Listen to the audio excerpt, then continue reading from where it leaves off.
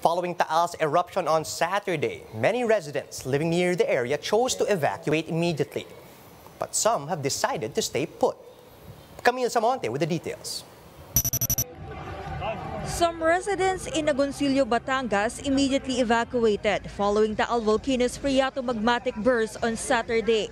60-year-old Carmelita only packed a few clothes and a bag of rice when they left home.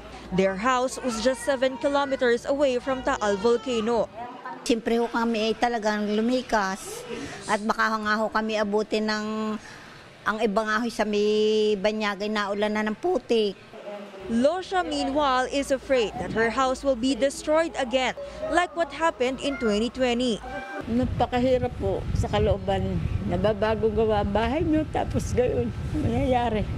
Despite the threat of Taal Volcano, some residents opted to stay at their homes, like Gigi, who still opened their eatery. Dahil pagka po naman nasa bakuitan, wala po naman pakita. Ano pong aming financial pagkagayon po?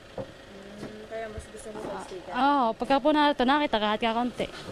Livestock farmers also went back to their homes to feed their animals. They said they cannot just abandon their livelihood. Mahirap, may maiwan ng hayop.